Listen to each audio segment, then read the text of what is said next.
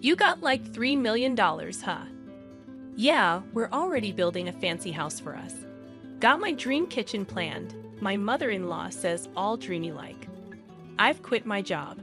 Gonna start a business with Ashley's inheritance. My husband says, looking way too happy about it. Wait a sec. Ashley didn't get any inheritance yet. You're quitting your job and building stuff already. What's the deal? Let's not fib here. It's obvious you got money. How about we take a trip before jumping into this house thing? Hawaii, maybe? My father-in-law adds, making things even more confusing. What are they even thinking? They want to spend the money I got from my mom on whatever they want. I'm mad as heck, but I don't know what to do. A few months back, let me take you there. My name's Ashley, I'm 38, and I teach at a high school. I've been married to David for 12 years. He's 2 years older and works in an office. Right after we tied the knot, our daughter Julie came along, and ever since, my life's been a whirlwind of work and raising her. Today, we're off to see my mom at the hospital. Hey, Grandma, it's been a bit. Ah, Julie dear, come here, my mom says, gently running her fingers through Julie's hair. She looks thinner, and her face isn't as lively. There's this guy in a suit standing by her bed. He nods at me as I glance his way and then leaves. Mom, who's that guy? Just someone I know, nothing to worry about. How are you holding up, Ashley? And David, is he doing okay? My mom's eyes, a soft shade of blue, twinkle as she smiles.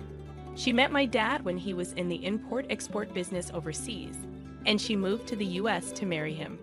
Raising a kid in a new country couldn't have been easy, but they did it together. Mom taught me a lot growing up, which is why I'm able to teach now. I'm really grateful to my parents for giving me such a good upbringing. Dad passed away a few years back, and since then, Mom's been on her own, dealing with illness and hospital stays. She handed off the business to a relative and now spends her days quietly in the hospital. I'm good, Mom. Anything you need. Just having you and Julie here is more than enough. After chatting with Mom for a while, Julie and I head home. Julie fills Mom in on school stuff and the latest book she's read. She's 10, a tricky age, but we get along well. Even setting aside my mom goggles, I think she's a smart, honest kid who's growing up nicely. We're back. Hey, welcome back. How's my mom doing? David asks when we walk in. Same old, same old. And you? How was your seminar? Heard good things about it. Excited for the next one. Lately, David's been going to seminars about quitting his job and starting a side hustle. Seems like he's after more money, but his job's not bad, and we're doing fine with my income. I don't like how obsessed he is with money. Probably gets it from his parents. They've always been tight with cash, always asking for small amounts whenever we see them. They've never bothered with Christmas gifts for Julie either. Thankfully, they live far away, so we don't see them much. David helps out around the house, though, so it's manageable. As long as I've got my mom, David, Julie, and our simple life, I'm happy. Then one day, I got a call from the hospital. Mom's condition had taken a turn for the worse, and she was in critical condition. When we reached the hospital, my mom was barely hanging on. Mom, Grandma. Ashley, I've always wanted you to be happy. Take care of Julie. She means everything. I love you. Those were her final words. My mom, who poured her heart into raising me alongside my dad, who cherished Julie more than anything. Seeing her peaceful face in the coffin, all I could do was cry. Julie stood by me, crying too. A while after Mom passed, an envelope arrived from a law firm. Ashley opened it, puzzled by the unfamiliar sender. Inside was a document. I've been given your mother's will, leaving everything to you. Ashley and her mom never talked about inheritance, so she was surprised. But with the letter in hand, she decided to visit the law firm alone. Hi, I'm Ed, the attorney, said the man with glasses, the same one from the hospital room. You were there when I visited my mom, Ashley said, recognizing him. Yeah, we met there. Your mom entrusted me with something, Ed said gently, almost bringing Ashley to tears. 500 million. Ashley exclaimed in shock. Yeah, Ashley. When your dad passed, you let your mom have all the inheritance. Now, with what she had and what she left you, after taxes, that's the sum, Ed explained. I knew my parents were well off, but this, I never asked for money after getting married, and I avoided talking about inheritance. It's overwhelming, Ashley said, feeling a bit dizzy, but it's a sign of love from my mom. I'll leave it to you, Ed. Your mom cared about you more than anything. She asked me to assist you if needed. You can talk to me about anything, Ed said. Thank you, I really appreciate it. Ashley nodded to Ed and left the room. As time went by, nearing her mother's 49th day memorial, David, her husband, started bringing up her mother's inheritance often. He knew they were wealthy when they married, but Ashley found his constant probing uncomfortable, especially during her mourning period. Whenever she asked him to stop, he would, but then subtly bring it up again later. And then there were her in-laws. At her mother's memorial, her father-in-law offered, Ashley, if you're worried about the inheritance, we can help. We've had our share of inheritance disputes. It can get complicated when unmarried siblings pass away. If you need help, we're here, her mother-in-law chimed in. Sure, Ashley, who had never felt inclined to involve them before, could only offer a vague response as they pretended to understand. About 3 months after her mother's passing, David, who had been relatively quiet, finally reached his breaking point. Have you gotten your mom's inheritance yet? David's question sent a shiver down Ashley's spine. Not yet, Ashley fibbed. The process is complicated. It's been 3 months since she passed, right? Why the delay? David pressed, but then abruptly announced he was heading to bed, leaving Ashley with a gnawing feeling in her chest. The next day, while Ashley and Julie were cleaning up after dinner, the doorbell rang. Julie rushed to answer it, and Ashley, peering out from the kitchen, saw her in-laws along with David returning from work. Why are they here? Ashley whispered to Julie. It's okay, Mom. I'll go to my room, Julie said, darting away nervously. What's happening? Ashley asked as her in-laws entered. Never mind that, Ed, her father-in-law, said cheerfully, grabbing a beer from the fridge. We're here to celebrate. You inherited over $300 million. We've even started building a duplex for us all to live in, complete with your dream kitchen. Listen, Ashley, be happy. Her mother-in-law chimed in dreamily. We're planning to build a duplex. We've put down half of our savings and some money Mom and Dad saved up. The loan's in my name, but you can settle it all with your inheritance. It's a way to give back to them. What? I quit my job. I'm starting a business with your inheritance, David announced, looking oddly pleased. Wait a minute. What's going on? I haven't received any inheritance yet. And why are you quitting your job and talking about a duplex? Let's not play games. It's obvious you got an inheritance. How about we take a trip before diving into house plans? Maybe Hawaii. As chaos unfolded, David and her mother-in-law seemed to agree with Ed. David, with a mocking laugh, said, You're being miserly, Ashley. We checked it out because you kept saying you hadn't received the inheritance. If you don't process it within 3 months, you can't refuse it. So whether you told the truth or not, you've inherited, right? Considering my father-in-law's company, it must be more than $300 million. We'll live comfortably thanks to them. Thanks, Mom. Make sure to arrange money for the duplex and my capital. Hearing David speak like that left her feeling lightheaded. But what kind of people are these, wanting to use my precious inheritance from my mom as they please, indulging in luxury? I was burning with anger, but I couldn't speak. I worried about Julie, who was in the other room. I'm stepping out for a bit. I called out to them, but they were too engrossed in discussing their plans for the inheritance. I left without even grabbing my wallet. The night air was brisk, and as I reached a familiar hilltop park, the tears started flowing. I cried silently, feeling the weight of frustration and exploitation. My emotions were a jumble, but I couldn't bring myself to mention divorce, not with Julie still in the picture. My mother's words echoed in my mind, "Take care of Julie above all else," and I cried anew. Suddenly, someone approached me. Startled, I looked up, and they began speaking softly. 3 days later, I called my husband and in-laws to a restaurant with private rooms. "So you're back home after that day. Did you withdraw the money, Ashley? You shouldn't leave without telling your husband." Ignoring their words, I handed them a document, a filled-out divorce notice. "David, I want a divorce." "What? What's this?" David's panic was palpable, and my in-laws exchanged worried glances. "I can't continue like this. I'm done," I replied firmly, facing David's escalating anger. "You're leaving us just because you got the inheritance? You've become so greedy," Ashley retorted. "Ever since I inherited from my mom, you've been out of control, quitting jobs, planning to live with your parents without consulting me, using my savings to build a house, and now planning trips. Who's the one who changed when the money came? I can't stay with people like this. And you can't just divorce me out of nowhere." That's right. Half of everything is David's, including our savings and half of the inheritance. David and my in-laws barked as they closed in on me. Just as I was about to respond, the door opened, revealing Julie and attorney Ed. "Dad, Grandpa, Grandma, you should know better. Mom's inheritance isn't shared property, right, Mr. Ed?" "I'm attorney Ed. Ashley's mom entrusted me with this matter, and I've been advising her," Ed explained with a bow, leaving David flustered. "But wait, inherited property isn't shared. It's not subject to division," he clarified. "What? That can't be right. Is this a mistake?" David stuttered. "That can't be."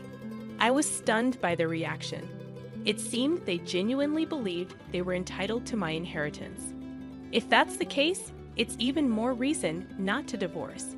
"I'll stick by you no matter what," my husband shouted with bloodshot eyes, disregarding everything. "Stop it," Julie intervened calmly.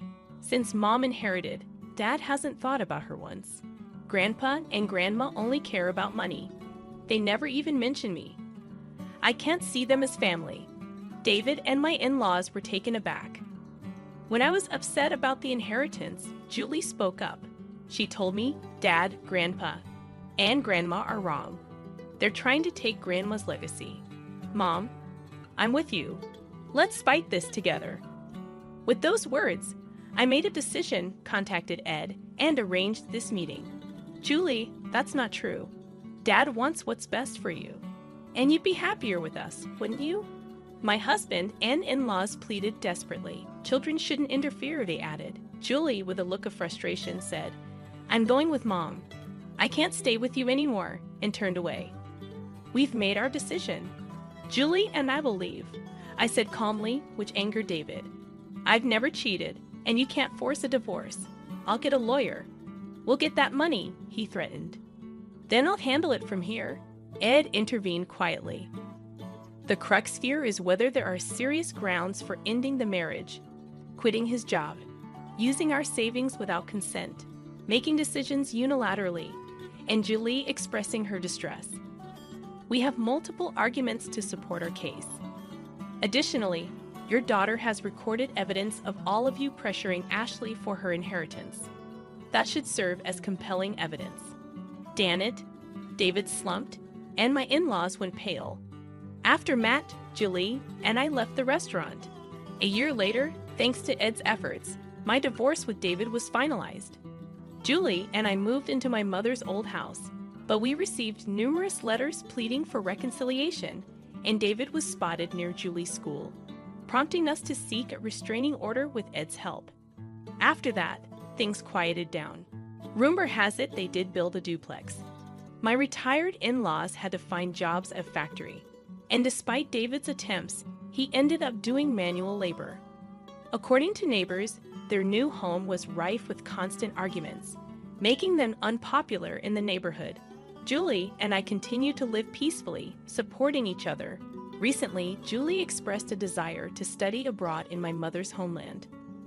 To sever ties completely with my ex-husband, we decided to move overseas, using a portion of my mother's inheritance. I'm certain she would approve. Julie seems to thrive in her new school, and I've found work as a teacher there. Here's hoping these tranquil days persist.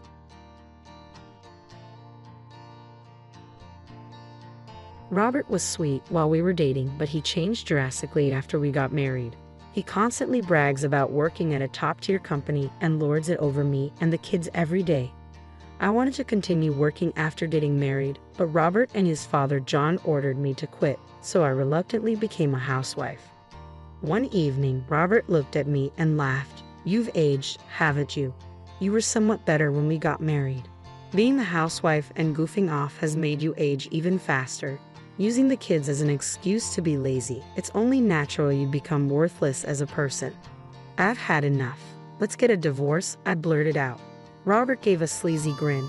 "Raise the 4 kids on your own. I won't help you at all." I almost laughed. Had he ever helped before? Thinking about being rid of the noisy bunch made me feel refreshed. I'll get the divorce papers from City Hall and slam them on him. "You can say whatever you want for now. Enjoy it while it lasts." I'm Scarlett, a 50-year-old housewife. I met Robert through my parents and married him 30 years ago. His verbal abuse has worsened over the years, becoming a constant headache. It wasn't like this when we were dating. Robert, who graduated from college and works for a top-tier company, often talked about his job during dates. I didn't understand all the jargon, but I thought he was serious and passionate about his work. Having lost my dad in childhood and seen my mom struggle, I wanted to marry Robert, who had a stable job, to give her peace of mind. Growing up without my mom around was hard for me. In contrast, Robert was raised by his dad after his parents divorced when he was a teenager. Not knowing my own dad, I was thrilled to have someone I could call dad, even if we weren't blood related. I hoped we could get along like a real father and daughter, but that hope was quickly dashed. After getting married, I found out that Robert was completely under John's thumb. Many of Robert's relatives are not salaried workers but run their own businesses or restaurants, and John also started his own business. Robert deeply respected John. I got into a famous university and joined a company because I followed Dad's advice. He often said proudly, "Since the divorce from Mom, Dad raised me while expanding his company. He's an amazing man." "Yes, he is," I'd say, not knowing how to respond. "I'll make sure my son studies hard and gets into my alma mater's high school and college." I worked in Dad's company for a while but had to change jobs due to an injury, causing trouble for Dad. So, if I have a son, I plan to make him the successor to Dad's company. That's thinking too far ahead, especially when I wasn't even pregnant yet. Before we had kids, I could listen to him and laugh it off. But after giving birth to girls in succession, Robert and John gradually started to treat me coldly. When our 3rd daughter was born, John visited the hospital room, looked disdainfully at the baby sleeping in the bed, and clicked his tongue. "Another girl, hey? Robert, you've got a failure for a wife." "I'm sorry, Dad," Robert said. "Scarlett, if the next one's a girl too, we're getting a divorce. A wife who can't produce an heir is useless to us." Exhausted in bed after a difficult birth, I couldn't stop crying at their cruel words. The thought of divorce crossed my mind then. Later, when our son Thomas was born, John doted on him. Robert, John, and Thomas would go out to see animated movies, buy toys, and John would give Thomas an allowance, leaving Thomas confused and the daughters complaining to me about John. Every time I slightly burnt the food or a speck of dust fell after cleaning, Robert dramatically lamented and mocked me. "If this were your job, you'd be fired immediately. It must be nice for women to be supported by their husbands and laze around at home all day. I wish I could just play with the kids and slack off every day too." Hearing this always made me angry. I had wanted to continue working, but right after getting married, Robert and John ordered me to quit my job. "Are you sure you can handle your duties as a wife perfectly if you're going to slack off?" "Quit your office job," Robert said. John added, "That's right. You have to take care of him and do the housework perfectly. You don't need to work. His salary is enough to live on." I was appalled by their outdated attitudes but didn't want to argue with my husband or John as a newlywed, so I obediently complied. After Thomas started elementary school, I tried to re-enter the workforce as a full-time employee but was rejected everywhere. The reason was always the same. Having 4 children, they assumed I'd likely take time off for sickness or other issues. Reluctantly, I became a housewife, and Robert treated me like a servant, constantly finding faults and criticizing me as a useless housewife. He used his busy job as an excuse to dump all household chores and parenting on me. I didn't mind handling the housework since I was a housewife, but whether I was sick or sleep-deprived after childbirth, he acted as if it had nothing to do with him, showing no support at all. Recently, I've been sleep deprived because of the baby's night cries. Robert, you're off tomorrow, right? Could you take care of the child for one night? Ha! I finally get a day off. Don't ruin my precious holiday. Taking care of the baby is a mom's job. You can at least handle that much.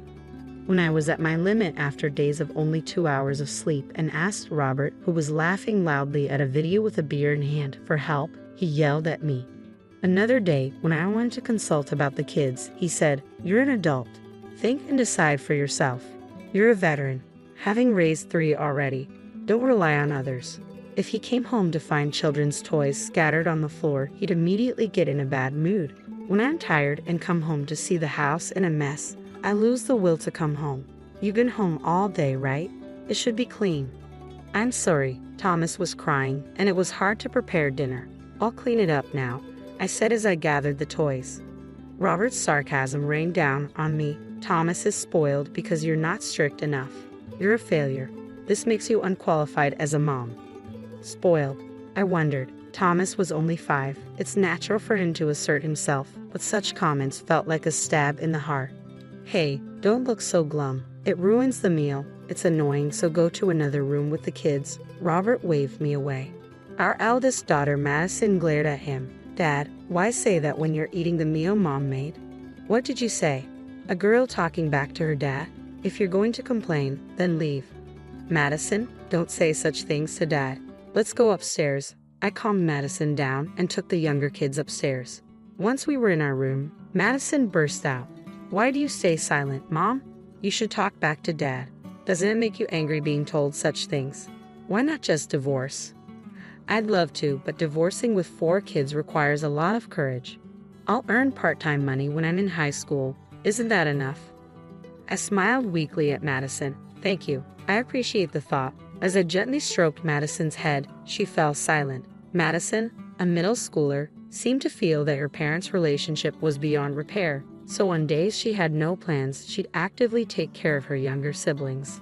I wished Robert, as their dad, would interact more with the kids, but he always treated them as nuisances and a source of his stress.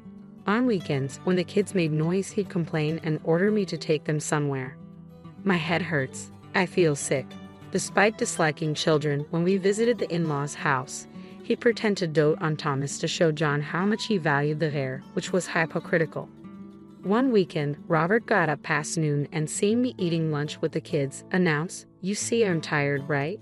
Take the kids somewhere. I'm going out for drinks with a junior from work in the evening, so you can come back by then." All right, by the way, our living expenses have been cut back this past year. Can we return to the original amount? I asked timidly. Robert's eyes narrowed. You can manage with $300 for food and living expenses. As a housewife, you should be able to budget better. Can't you do that without a college education? $300 is impossible. Your salary must have increased with all the overtime and weekend work, right? Why are the living expenses being reduced? When I questioned him, Robert became furious. Shut up. How I spend my salary is my business. How dare a housewife argue with me? Who do you think provides for this lifestyle? I gave up arguing with Robert. I couldn't rely on him anymore. While the kids were at school, I studied, earned qualifications, and secretly started working remotely. One evening, after a while, Robert came home reeking of alcohol and laughed when he saw me. I thought you were some old lady, but what a surprise. You're Scarlett. Welcome home. You've drunk too much. Just leave me alone. But you've really aged. You used to look a bit better when we got married. I was furious. Due to the reduced living expenses, I had to switch to cheaper cosmetics and hadn't bought any new clothes in a year. Meanwhile, he frequently bought new suits and ties, went out drinking every night under the pretense of treating his subordinates, and purchased brand-name shoes and watches. With a trembling voice, I clenched my fists and retorted, I want to dress up beautifully too, but you're the one not giving me any money, Robert. Don't blame others. It's because you're lazing around as a housewife that you age faster, Robert mocked loudly, always sleeping, lacking a sense of urgency, using the kids as an excuse to be lazy. No wonder you're failing as a person. Dizziness hit me from the anger. Who was it that ordered me to become a housewife despite wanting to continue working? I've had enough. Let's get a divorce, I blurted out. Robert's face showed a moment of surprise, but he quickly smirked. Fine by me. I'm tired of seeing your gloomy face anyway, he agreed easily. But raise the 4 kids on your own. I won't help you at all. I almost laughed. Had he ever helped before? It had always been just me raising all 4. Thinking of getting rid of the noisy bunch felt refreshing. Too absurd to respond, I headed for the entrance. I'll get the divorce papers from the city hall and slam them on him, I thought, turning my back to Robert. I smirked defiantly. You can say whatever you want for now. Enjoy it while it lasts. When I handed the signed divorce papers to Robert, he took them with a half smile. Are you sure? Don't come crying to me with regrets. Can you manage with 4 kids? You've been living off of me. As I urged the kids and packed up for the move, he lounged on the sofa, taunting in a mocking tone. Your mom says she works, but it'll be tough for an old lady to support all 5 of you. Ready for a poor life together. Even if you try to work, you'll get rejected because of the kids. Actually, I've started remote work. I have savings from before we were married, and we can manage if we don't live luxuriously. What? If you started working, why didn't you tell me? You were always too tired or telling me to take the kids somewhere because we were too noisy. You never listened to me properly. Well, whatever. Your salary is probably way less than mine. Don't beg me for help. Ignoring Robert's sarcasm, I silently packed our belongings into cardboard boxes. The movers will come in 3 days to pick up our stuff, so leave it as is. Please take care of the divorce papers. Got it. Do whatever you want. I called the movers, took only the essentials and valuables, and drove to my parents' house. I planned to stay there for a while and look for a new place once things settled down. I briefly explained the divorce to the kids while packing, but in the car, I went over the situation again. Sorry it's so sudden, but we'll be transferring to a new school starting next week. I'm sorry, everyone. Yay, I love Grandma, so I'm excited. It's not far by bus. We can still play with our friends, so it's all good. The kids tried to cheer me up by acting excited, nearly making me tear up. Won't you miss living with Dad, Thomas? Not really. Dad doesn't like us, right? Thomas pouted. He always yells that we're noisy or annoying. When he's home on the weekends, he doesn't play with us or listen to us. I didn't like being around him. Right, we all felt that way, Mom. The kids' agreement filled me with regret. I should have made the decision to divorce sooner. When I called my mom to explain, she was surprised and saddened. Robert always played the good husband and dad when we visited my parents for Christmas, so my mom thought we were happy together. She was heartbroken by the news.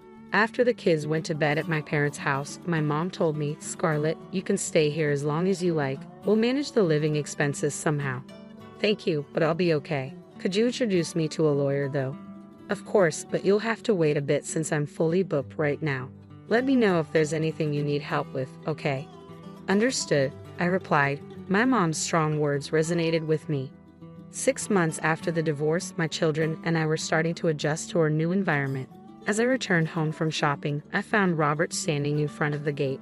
His hair, now mixed with gray, was unkempt, and dark circles under his eyes made him seem utterly disheveled. He lunged at me as soon as he saw me with my bag, but I coldly shrugged him off. Who are you? Come on, don't be like that. I'm your master. I don't have a master. What does my ex-husband want at my parents' house? I asked, pushing him away. Robert began to rant in a near frenzy. I was suddenly kicked out of the house. What's going on? It wasn't sudden. You must have received several notices about paying the rent, right? If you ignore them, getting kicked out is inevitable. Why should I pay? Because you are the tenant. Hearing the commotion, a middle-aged woman from the neighboring house peeked out of her front door. Scarlett, what's happening? Should I call the police? No, it's okay. It's just my ex-husband who has come over. The woman glanced at Robert and frowned. Ah, that one. Scarlett, let me know if you need anything. With that, she disappeared back into her house. What have you been telling people about me? Let's go inside. We're causing a disturbance. Ignoring his question, I led Robert into the house. As soon as we were inside, Robert sprawled on the living room sofa and downed the coffee I offered before returning to the topic. That house was bought by your mom, wasn't it? Yes, but the deed was in your name, Robert. You were too proud to have it in your wife's name, saying it would be embarrassing. Robert seemed to remember, tilting his head as if to say, that's right. But back then, you were just a regular employee without enough money to pay the mortgage, so my mom used to transfer money into the account every month. Oh, that's right. Then stopping the transfers suddenly would be a problem for me, wouldn't it? You're dumb. Can't you understand that? I sighed, holding my forehead. Who's the dumb one here? Who in the world keeps paying their daughter's ex-husband's mortgage? Robert frowned. Your mom's rich, right? If she has money, she could have continued paying. It's unfair. Families should help each other in times of need. Who was it that told me not to rely on others when I needed help with child care? And aren't you a senior manager at a large company? Why are you so broke? Pressing him, Robert became flustered and replied, You know why. I was treating my subordinates. It's an important duty of a superior. At the expense of our household budget, the time you reduced our living expenses coincides with when you started working overtime and on weekends. Robert's face stiffened at my observation.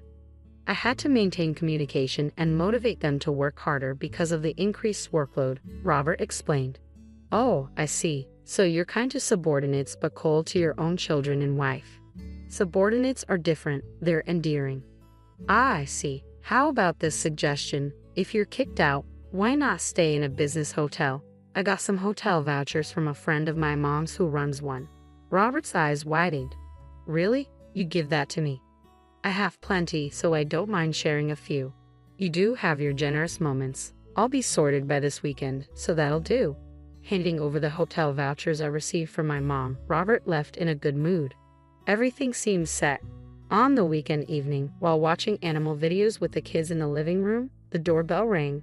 At the door were Robert and John. I swallowed my surprise as they barged into the living room. John surveyed the relaxing children and bellowed, Watch such nonsense. That's why you're all so childish. The pleasant atmosphere of our weekend shattered, and the kids teared up from John's thunderous scolding. Then John turned his anger towards Robert. Robert, are you really leaving Thomas with this woman? What about the talks of him being the heir? I want her to struggle raising 4 kids on her own to make her realize how much she depended on my earnings, Robert declared arrogantly. If you want an heir, I should marry a younger, more obedient wife and have new children. I guess you're right. Find a new wife quickly.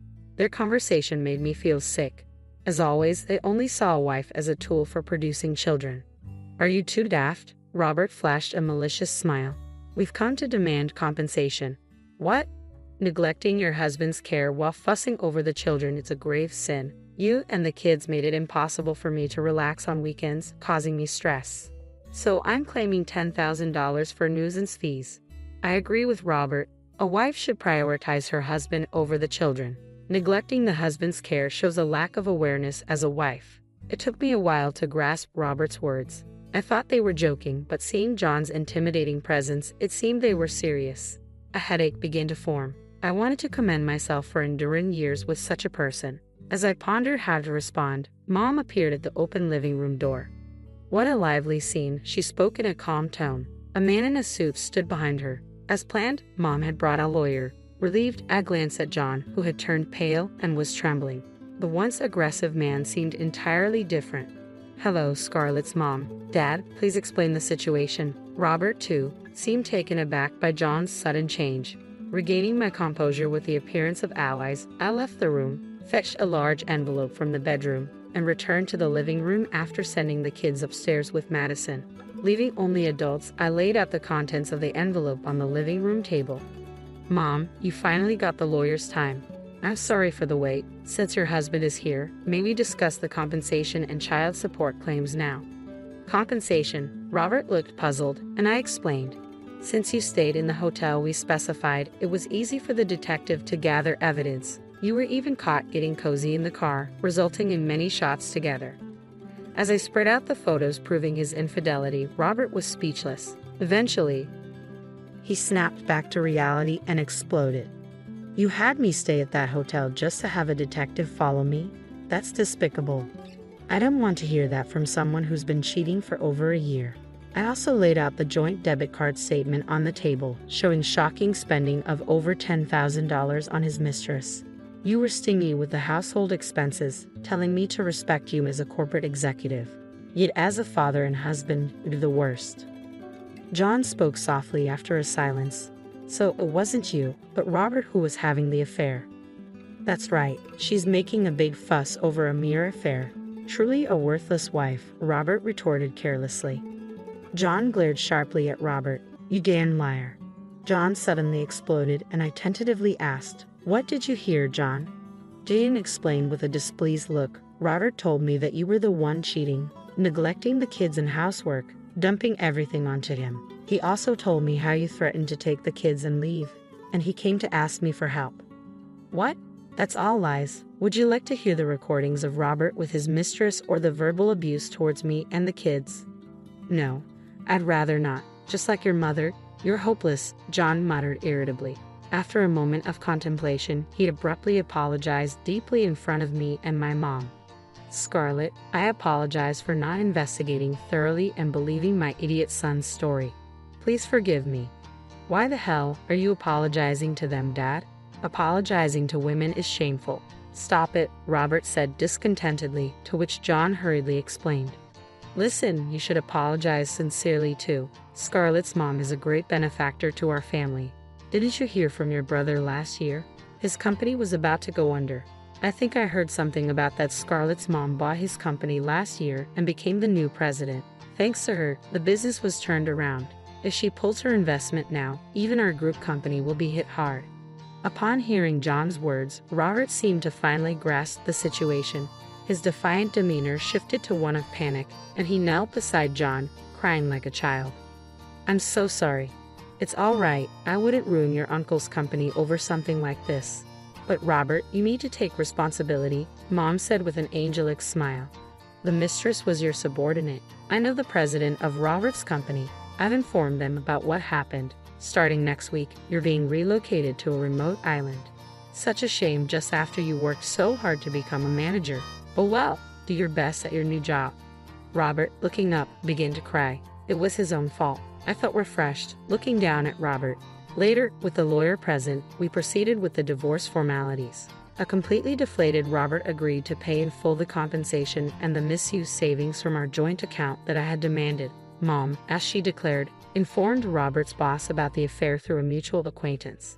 The boss, being a devoted husband, was furious. Robert's mistress resigned voluntarily, and Robert was sent to a branch on a remote island. Demanding and receiving compensation from the mistress in a lump sum, I learned that Robert had fallen from his elite path. The mistress quickly dumped him, bound to start over. Robert, however, faced ridicule for the reason behind his demotion and, feeling unbearable, quit the company. Burdened with a huge debt from repaying me in monthly child support payments, Robert was working multiple part-time jobs from morning till night. Estranged by John, he was living a lonely life in a dim apartment. Meanwhile, John, having injured my mom, faced cold treatment from relatives. After employees complained about his tyrannical behavior, his company faced a strike, leading to its collapse. Now he's working part-time at a restaurant, berated by a younger manager. While Robert was preoccupied with his affair, I saved money through remote work and bought a second-hand house. Moving in with my children, I found the memories too unpleasant and had no intention of returning. The children, now free from Robert and John, were noticeably happier and more comfortable. On long weekends, we visited my mom's house, enjoying cooking and chatting together, which became our latest pleasure. I plan to continue remote work and, once Thomas is a bit older, look for a full-time job again. With occasional support from my mom, I want to live